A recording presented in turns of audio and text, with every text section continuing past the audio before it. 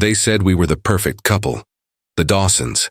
The kind of husband and wife you'd see in glossy real estate brochures, framed against our two-story colonial house with white shutters and a manicured lawn. On weekends, neighbors waved from across the street as we carried grocery bags or trimmed hedges, and I would smile back, performing the role expected of me. But perfection is a strange thing. It doesn't exist, not really. It's a costume stitched together by small lies, polite smiles, and silence when the truth wants to scream. I wore that costume every day. Michael thrived on it. He liked the image we projected: successful banker, devoted husband, and me, the supportive wife who baked pies for community events and arranged flowers in crystal vases. To the outside world, we looked solid, enviable even. What no one saw were the cracks forming underneath. I remember once, during a neighborhood barbecue, Mrs. Peterson leaned close to me with admiration in her eyes. "Emily, you're lucky," she whispered. "Michael is the kind of man every woman dreams of." I smiled and nodded, though inside I felt the words like glass cutting into me. Dreams, I thought, can turn into nightmares if you hold them too tightly. The truth hid itself in subtle gestures. Michael's hand on my lower back looked affectionate, but the pressure was sharp, reminding me to stand straighter, to laugh at the right moment to avoid speaking too much. His voice carried warmth when others listened, yet at home it cooled into commands dressed as casual suggestions. "Don't wear that dress, Emily. It looks cheap. Speak softer. You come across too eager. Smile more. People notice when you don't." On the surface, these were small things, nothing that screamed cruelty. But stacked together, they built a cage invisible to everyone but me. Our house was a theater stage, every room arranged for display. The living room glowed with spotless floors, polished oak furniture, and photographs that painted our life as flawless. Vacations by the sea, dinner parties with friends, anniversary celebrations. Each picture told the same story. Two people, perfectly in love. And yet, when I looked closer, I could see myself in those photographs with eyes that never reached true happiness. Behind the smiles was exhaustion, fear, and the quiet dread of making a single mistake that might shatter the fragile peace between us. One evening, as I placed dinner on the table, roast chicken with rosemary, his favorite, Michael tapped his glass with his fork. "You see, Emily," he said, raising his voice just enough for me to hear over the clink of silverware, "we have everything people want. A home, stability, respect. Don't forget that." I lowered my gaze, nodding, though something in his words chilled me. It wasn't gratitude, it was possession. As if everything, including me, belonged to him. From the outside, our life sparkled. Inside, it was fragile glass waiting for the smallest tremor to break. Sometimes, I stood at the kitchen window, staring at the neighborhood children racing bicycles down the cul-de-sac. Their laughter felt distant, unreachable. My reflection in the glass looked older than my years. My smile rehearsed. Neighbors waved. I waved back. No one saw my hand tremble. That night, lying beside Michael in the quiet hum of our bedroom, I listened to the even rhythm of his breathing. The world believed I was the luckiest woman alive. Yet something inside whispered otherwise. Perfection, I realized, could hide darkness so deep that even the brightest lights couldn't reach it. And though I didn't know it then, the cracks in our perfect home were about to widen, until secrets long buried clawed their way into the light. The neighbors waved at us again the next morning, their smiles bright as ever. Michael gave a confident nod in return, his hand resting lightly on my shoulder. To them, it must have looked like devotion. To me, it felt like weight. As soon as the front door clicked shut, the mask dropped. "Did you see the way you stood there?" Michael's voice hardened, low but cutting. "Slouched. It makes you look careless. You know how people notice these things." I swallowed my reply. I had learned that defending myself only sharpened his anger. Silence kept the peace. At least for a while. Life with Michael was built on routines that weren't mine. He decided what meals we ate, which colors suited me, how much money I could spend, and even which friends I should keep. His rules came Wrapped in the language of care.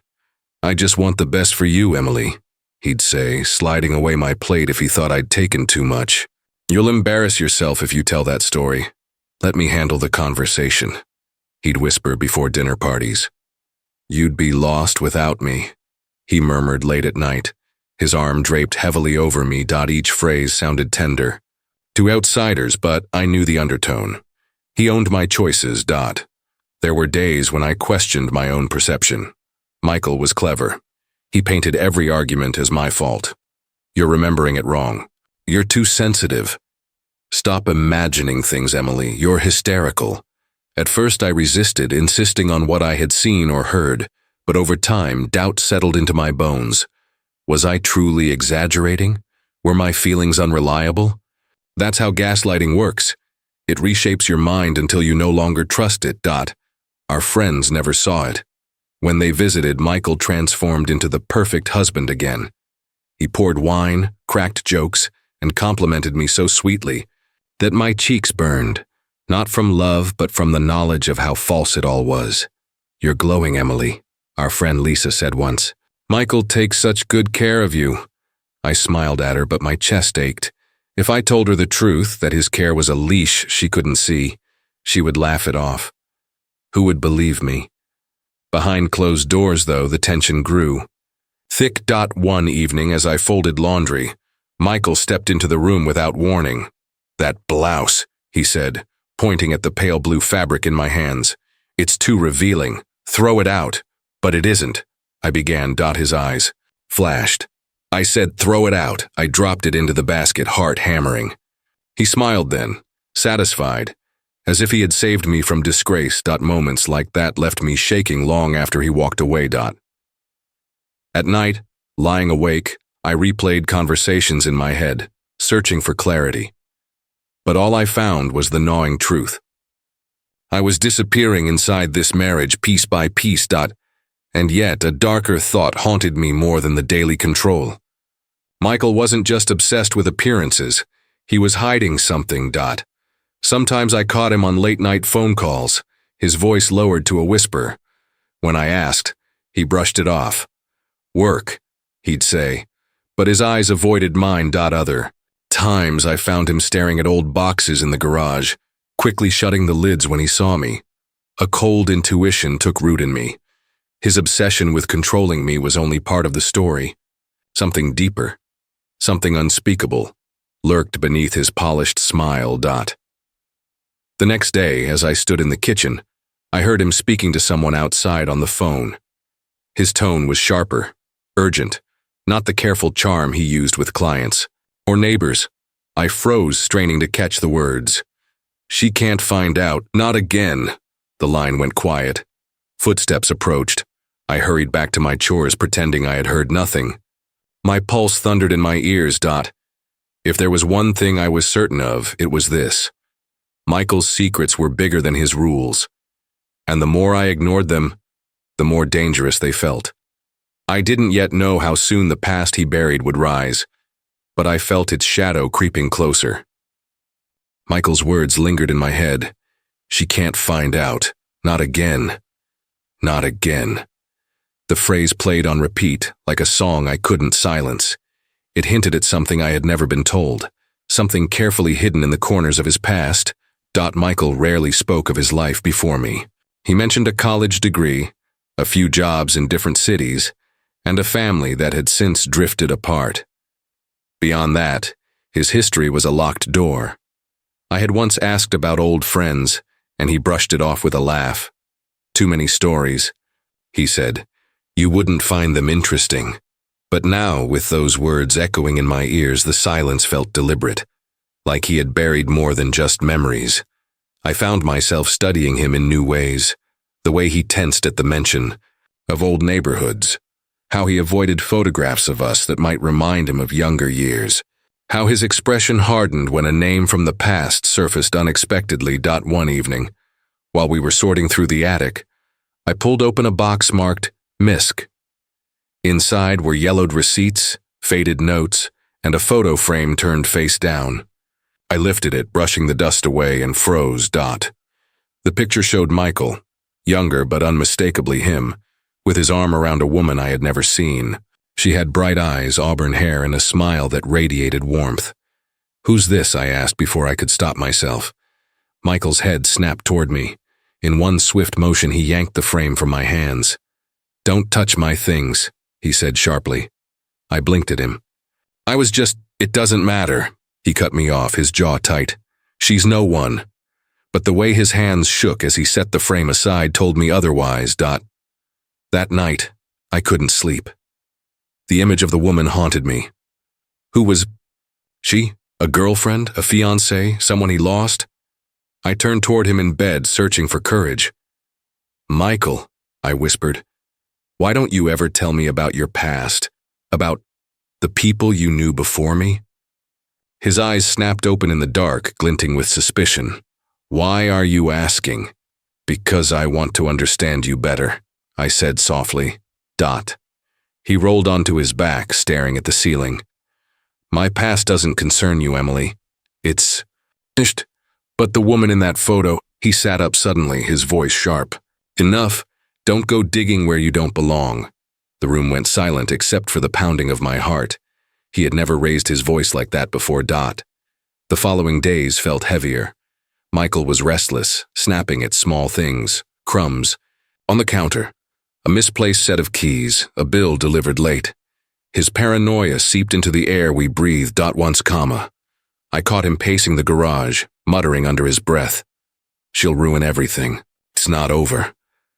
When he saw me standing there, he froze. Then, forcing a smile, he said, "Just work stress. Don't worry." But I couldn't unhear the words. I began to piece together fragments. The phone calls at night, the hidden photograph, his sharp refusal to discuss his history. They all pointed to one truth. Michael wasn't just hiding a story. He was terrified of it resurfacing. Late one evening, during another argument, I pressed him harder. "Michael, if you love me, why can't you trust me with the truth?" His eyes darkened. "Because the truth would destroy everything." The silence that followed was suffocating. I realized then that whatever lay buried in his past was not just painful. It was dangerous. When I finally drifted into uneasy sleep, I dreamed of the woman in the photograph, her auburn hair glowing under sunlight. She was reaching toward me, her mouth opening as if to warn me of something, but the sound never came. I woke to Michael's side of the bed empty, the sheets cold. From the hallway came the faint creak of the garage door closing. I lay frozen, fear rising in my throat. Whatever secret he carried, it was alive, and it was moving closer to the surface. The bed was still cold where Michael should have been. I sat up, my chest tightening as I strained to hear. The faint groan of the garage door had already closed, but silence lingered heavy. In the house, I slipped on my robe and moved quietly down the hall. Each step felt louder than the last, echoing in the stillness of the night. When I reached the kitchen, the dim light above the sink revealed nothing, just polished counters, neatly stacked dishes, everything in its perfect place. But perfection didn't explain the emptiness beside me, or why my husband was in the garage at 2 a.m. The door creaked as I pushed it open. The garage smelled of oil and old paint. Shadows stretched long across the concrete floor, broken only by the beam of a single bulb overhead. At first, everything looked ordinary. Boxes stacked neatly, tools hung on the wall, Michael's car parked as usual. Then my eyes fell to the corner. There, near the workbench, was a dark smear against the gray concrete. Small, uneven, red-brown in color. I froze. My breath caught in my throat. Blood. My first instinct was denial. Maybe it was rust, maybe spilled paint, anything but what it appeared to be. I crouched down, my fingers trembling as I hovered them above the stain. It looked too fresh to be old. The edges were still moist, glistening faintly under the light. The sound of footsteps behind me snapped me upright. "Emily." Michael stood in the doorway, his silhouette sharp against the kitchen light. His eyes narrowed as he glanced from me to the stain on the floor. "What are you doing out here?" His tone was calm, but underneath it coiled something hard. Something warning. I I couldn't sleep, I stammered. I heard you. His gaze flicked back to the floor. It's nothing. Michael, that looks like… He cut me off. Don't… His voice dropped, low and deliberate. It's oil, from the car, you're imagining things again. The word stung. Imagining. He had used it so many times before, pulling reality out from under me. But this time my eyes hadn't lied. Still, comma. I forced myself to nod, my throat dry. Right. Oil. He stepped closer, his presence filling the room. Go back to bed, Emily. I obeyed, but the weight of his gaze followed me until I shut the bedroom door. Lying awake, I replayed every detail, the color, the shine, the way. He had blocked me with his body, as if shielding the stain from my sight. If it were oil, why hide it? By morning, the garage floor was spotless. Michael had risen early, humming as he brewed coffee, as if nothing had happened. Sleep well? He asked casually, sliding a mug toward me. I forced a smile. Yes, but inside I knew something had shifted. A crack had widened. Later that afternoon, I wandered back to the garage. The corner gleamed, scrubbed cleaner than the rest of the floor. Not a trace of the stain remained. The sight chilled me more than the blood itself. Michael had erased it. Erased the proof. Erased my certainty. Just like he always did. That evening, as we prepared for dinner, I couldn't stop glancing at him, his hand steady on the knife as he chopped vegetables, his face calm, almost pleasant. But I remembered the way those same hands had clenched at the sight of me in the garage. Was I married to a man hiding secrets darker than I could bear to imagine? When the doorbell rang unexpectedly, I jumped. Michael glanced at me, then at the clock. No one should be here, he muttered. I wiped my palms on my apron, heart racing. Whoever stood on the other side of that door would become part of the story I could no longer escape.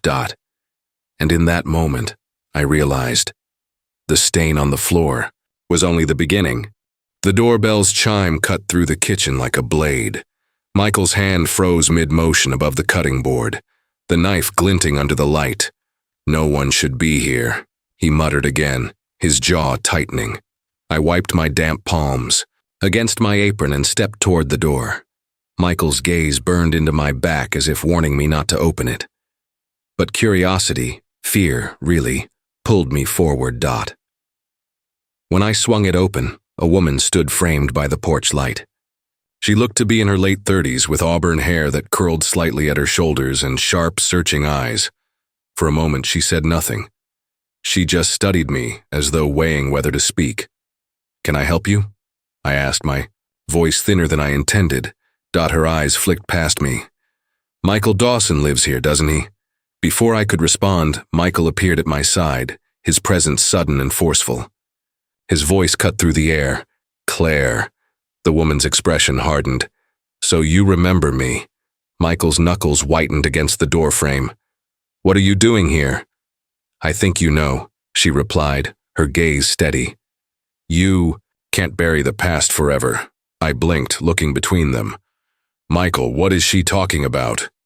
Nothing, he snapped, his tone sharp enough to make me flinch. Then he turned back to her. Leave, now. Claire's lips curved into a bitter smile. Still pretending, I see. But secrets don't stay hidden. Not forever. The exchange left me rooted to the floor, confusion twisting inside me. Claire's words carried a weight I couldn't ignore. Michael slammed the door shut in her face, the sound echoing through the house. He turned on me immediately. Don't listen to her, he ordered. His tone was flat, controlled, but I could see the storm raging behind his eyes. She's unstable, obsessed. She's been following me for years. I swallowed hard. But she knew your name. She acted like she… He stepped closer, lowering his voice. Emily, don't let her poison you. She wants to ruin us. That's all. Later that night, I couldn't stop replaying the scene in my mind. The way he said her name, too fast, too familiar. The way her words carried not accusation, but certainty. And the fear, real and unmasked, that flickered in Michael's eyes. Who was Claire Mitchell? The next morning, I stood at the kitchen window staring across the street. Part of me expected to see her car, her figure waiting. But the street lay empty, quiet. Still, unease gnawed at me. Over breakfast, Michael acted as though nothing had happened. He asked about errands, work, the weather. His voice was calm, his smile deliberate. But when I mentioned Claire's name, his fork clattered against his plate. "I told you to forget her," he said, his tone sharp enough to cut. "If you love me, you'll drop it." I lowered my gaze, but inside a seed of doubt rooted deeper. That afternoon, while folding laundry, I found myself glancing at the photo albums in the living room cabinet. Could Claire be connected to the woman in that old photograph? The auburn-haired stranger Michael had hidden away. The resemblance was too strong to dismiss. The walls of our perfect home suddenly felt closer, as though they held answers I wasn't allowed to touch. When Michael came home late that evening, his face was pale, his shirt collar damp with sweat. "Long day?" I asked carefully. "Don't ask questions you don't need answers to," he muttered, disappearing into his study. The lock clicked shut behind him. I sat alone in the living room, the weight of silence pressing down. Claire's voice echoed in my mind. "You can't bury the past forever." And for the first time, I believed her. The stranger at my door hadn't just unsettled me. She had cracked open something Michael fought desperately to keep hidden. What I didn't know yet was that the crack had already widened enough for others to step through. And the next one would arrive wearing a badge. 2 days passed after Claire's visit, but the unease she stirred refused to fade. I tried to bury myself in chores, errands, even small talk with neighbors. Still, her warning echoed. "You can't bury the past forever." On the third morning, a knock sounded at the door, firm, deliberate, nothing like Claire's tentative arrival. Michael had already left for work. My pulse quickened as I wiped my hands on a dish towel and opened the door. A man stood there, tall and composed, wearing a dark suit and the quiet authority of someone used to being obeyed. He held up a badge. "Detective Ryan Carter," he said. His voice was calm, steady. "Are you Mrs. Dawson?" "Yes," I managed. "I'd like to ask you a few questions. May I come in?" My hands trembled as I led him to the living room. He didn't waste time with pleasantries. "I'm investigating a missing persons case," he began, pulling out a small notepad. "Claire Mitchell contacted us recently. She believes your husband may have information about her sister, Anna. She disappeared nearly 12 years ago." The room tilted slightly around me. I gripped the edge of the couch. "My husband? That's impossible. Michael would never." Carter's gaze held mine, unwavering. "I'm not here to accuse. I'm here to uncover the truth. Sometimes the truth is painful. Sometimes it's not what we expect." I searched for words, but my throat closed around them. Claire's face flashed in my memory, her warning sharper now.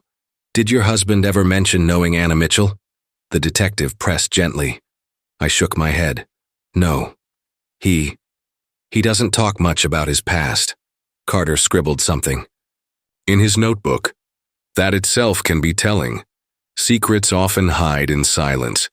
I wanted to defend Michael, to say he was a good man, respected, admired, but the words caught before reaching my lips.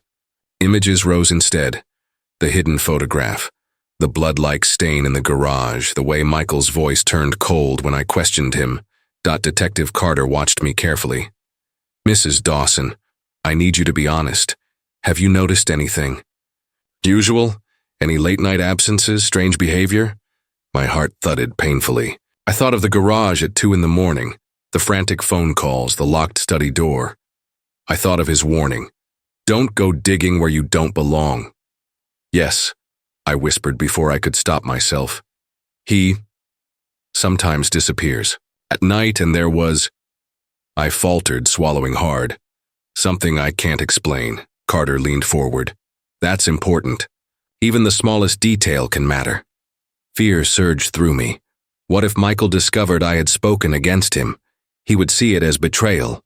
But wasn't I already betraying myself by staying silent? The detective closed his notebook gently. "I'll be frank with you. If your husband knows anything about Anna Mitchell, I will find out. My advice is to trust your instincts. If something feels wrong, it probably is. His words lodged deep inside me. When he stood to leave, I followed him to the door. "Detective Carter, please," I said, my voice trembling. "If Michael has done something, if he's hiding something, what will happen?" His eyes softened, but his reply was steady. "The truth always costs something, Mrs. Dawson. The question is, who's willing to pay?" After he left, I sank onto the couch, my body shaking. Outside, the neighborhood remained deceptively calm. Children laughing, sprinklers hissing, the illusion of peace. But inside, I knew a storm was forming. Michael returned home later, smiling, asking about my day. His eyes searched mine, sharp as knives, as if he could sense the shift in me.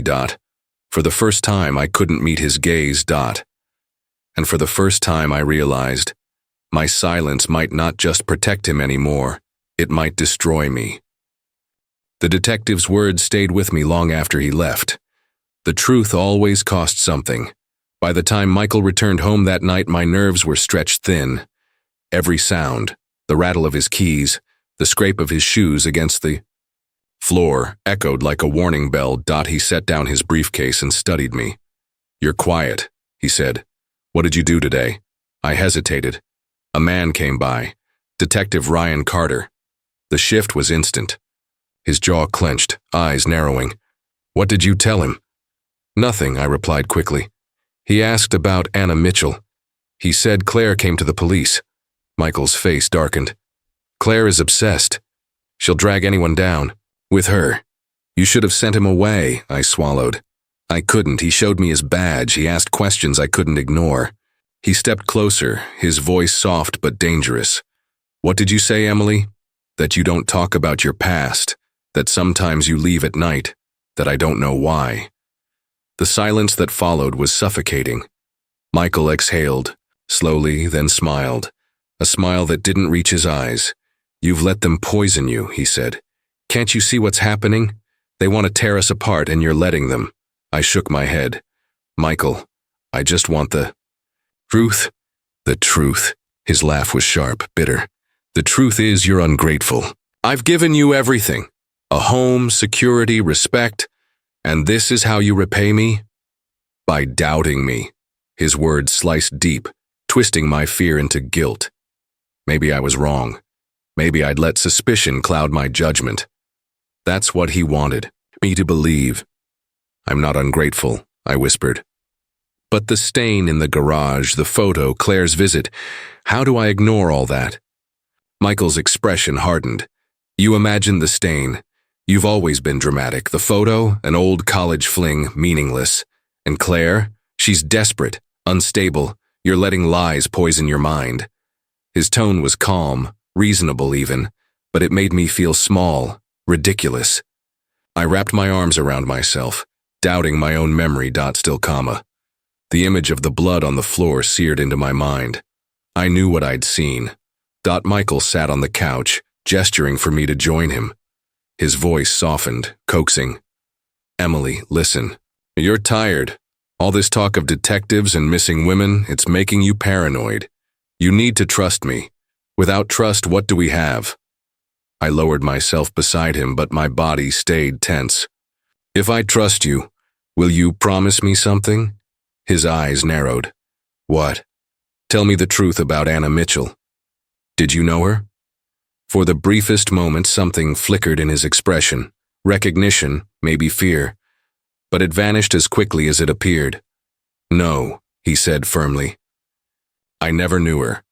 And if you loved me, you'd believe me." The room spun with his words. He had twisted the question back onto me, turning suspicion into betrayal, doubt into disloyalty. I pressed my palms together to stop them from shaking. "Michael," I whispered, "I'm scared." He leaned closer, his hand brushing mine. "You're scared because they've filled your head with lies. But I can fix it. We can fix it. You just have to stop asking questions." His touch felt like both comfort and trap. My mind screamed to pull away, but my body froze. Later, when he went upstairs, I sat alone in the dim light of the living room. His words echoed in my ears, looping until I wasn't sure what was real anymore. Had I exaggerated? Had I misread everything? Or had I just been convinced to doubt the truth I already knew? Gaslighting works like that. It blurs the line between reality and imagination until you no longer trust yourself. I stared at the locked study door across the hall. If answers existed, they were in there, hidden in the shadows Michael guarded so fiercely. And for the first time, I felt the urge not just to question, but to search. The house was silent, the kind of silence that amplifies every creak of wood and whisper of air. Michael had gone to bed hours earlier, his breathing steady upstairs. I sat on the couch staring at the locked study door. His words from earlier, "Stop asking questions," pulsed in my mind. But questions demand answers, and I could no longer ignore them. I rose quietly, heart pounding as I tiptoed down the hallway. The brass handle of the study was cold beneath my palm. I twisted it slowly. Locked, of course. Michael guarded this room as if it were sacred. I hesitated, then moved toward the kitchen drawer where we kept spare tools. My fingers closed around a thin piece of metal, a forgotten letter opener. Kneeling at the study door, I pressed it into the lock, my hands trembling. After a few tense moments, the mechanism clicked. The door creaked open. The air inside smelled faintly of dust and old paper. A single lamp cast a pale glow over the mahogany desk, stacked neatly with unopened bills and notebooks. At first glance, everything seemed ordinary, but I knew Michael too well. His secrets wouldn't sit in the open. I rifled carefully through drawers, my breath shallow. Receipts, bank statements, household records, all innocent. Until I found an envelope wedged beneath a ledger. It was addressed to Michael Dawson in faded ink, but the return name made my blood run cold. Claire Mitchell. Hands shaking, I unfolded the letter. The words blurred at first, but as I blinked, they came into focus. "You can't keep running from what you did to Anna. You owe me the truth. If you don't, I will find a way to make you confess. Anna, Claire's sister, the missing woman Detective Carter had spoken of." I pressed a hand to my mouth, fighting to steady myself. Michael had kept this letter hidden.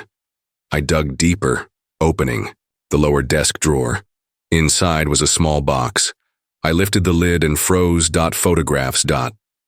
The first showed Claire, years younger, standing with her arm around a woman with auburn hair, the same woman from the attic photograph.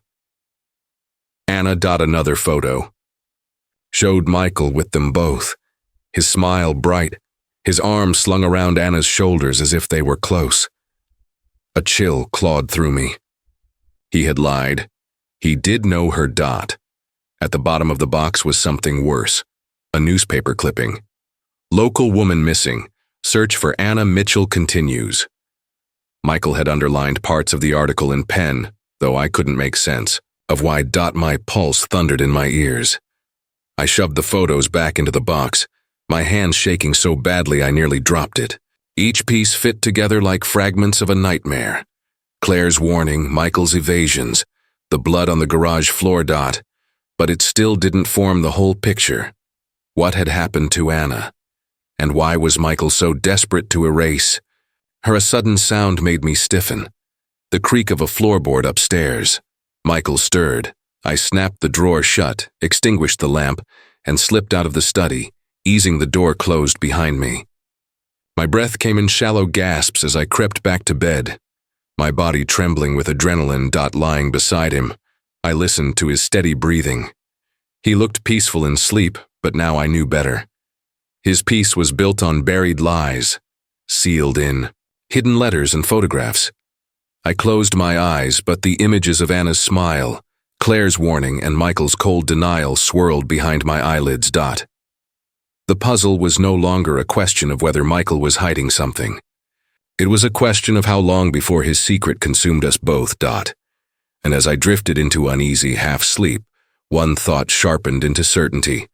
I couldn't keep silent any longer. It was time to set a trap. The photographs haunted me. Anna's smile, Michael's arm around her shoulders, the inked warning from Claire. All of it weighed like stone on my chest. I could no longer cling to denial. My husband wasn't just hiding secrets.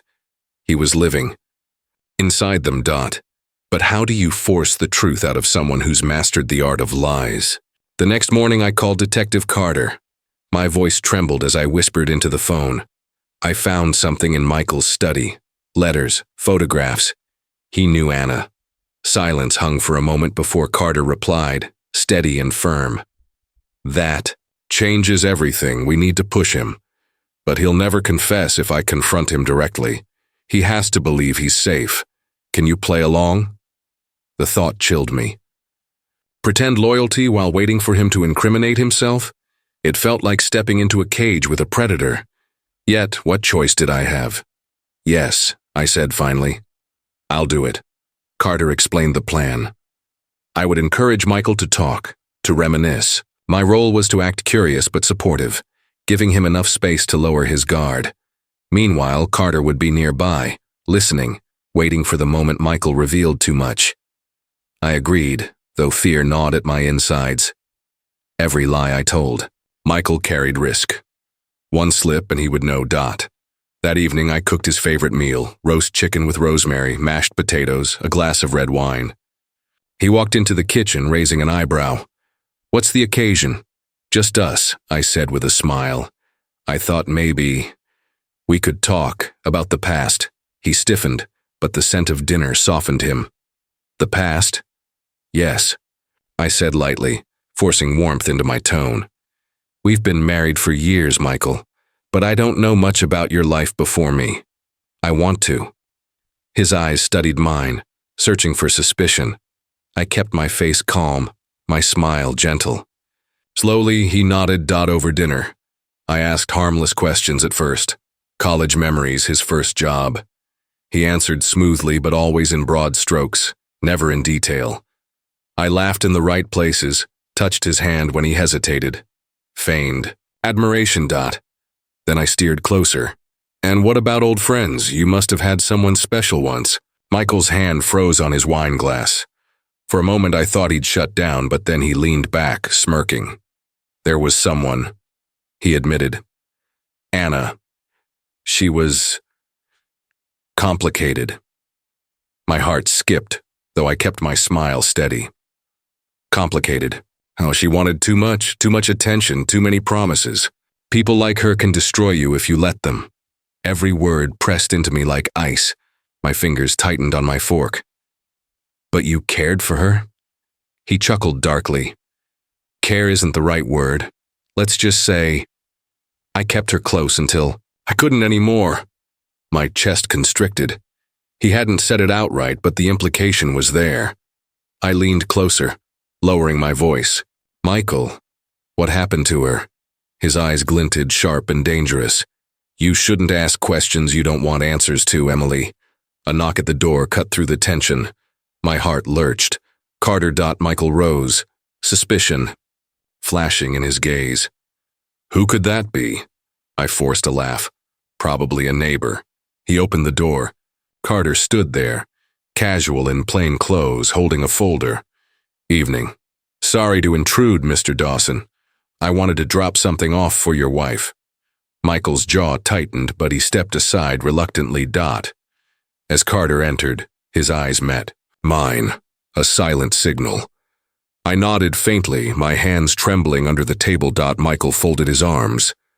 Detective, you people don't give up, do you? Carter's voice was calm, measured. We only persist when there's truth to uncover. Michael laughed, but it was hollow. Then you'll be searching a long time. I felt the air in the room tighten. The trap had been set. Now it was only a matter of whether Michael would spring it, or whether he'd sense it and turn on me first. The tension in the living room was thick enough to choke. Michael stood rigid near the doorway, arms crossed, his gaze darting between me and Detective Carter. His charm was gone now, replaced by the sharp, watchful eyes of a man cornered. Carter placed the folder on the table, opening it slowly. I thought you'd want to see this, Mr. Dawson. Photographs, letters, reminders of people you once knew. Michael's jaw tightened. You've been in my house. I don't need to be, Carter replied evenly. Your wife found enough. My breath hitched. Michael's head turned toward me, his eyes narrowing. In that moment, I felt naked, exposed, every ounce of loyalty I had feigned unraveling before him. You went through my study, he said, voice low, dangerous. I swallowed hard. I had to, Michael. You wouldn't tell me the truth. He laughed then, a cold, brittle sound. Truth? You think you can handle the truth? His hands clenched at his sides. Anna wasn't who you think she was. None of them were.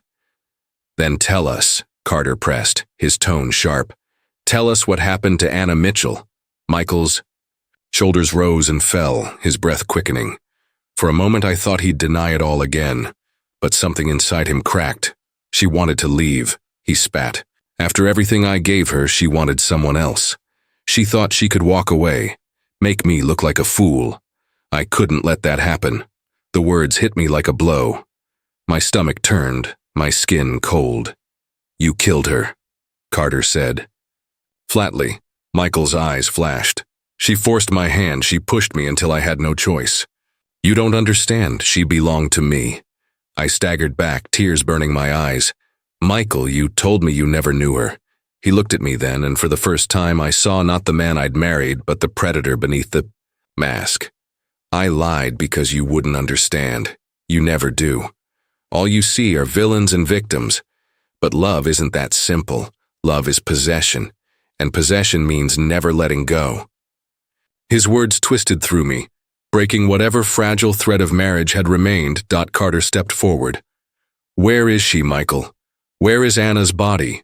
Michael's lips pressed into a thin line. He said nothing, but his silence screamed, guilt.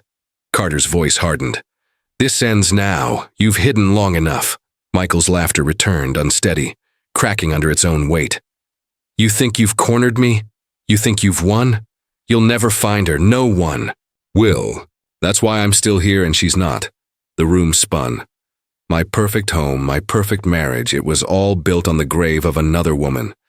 My legs trembled beneath me, but rage surged through my veins, strong enough to hold me upright.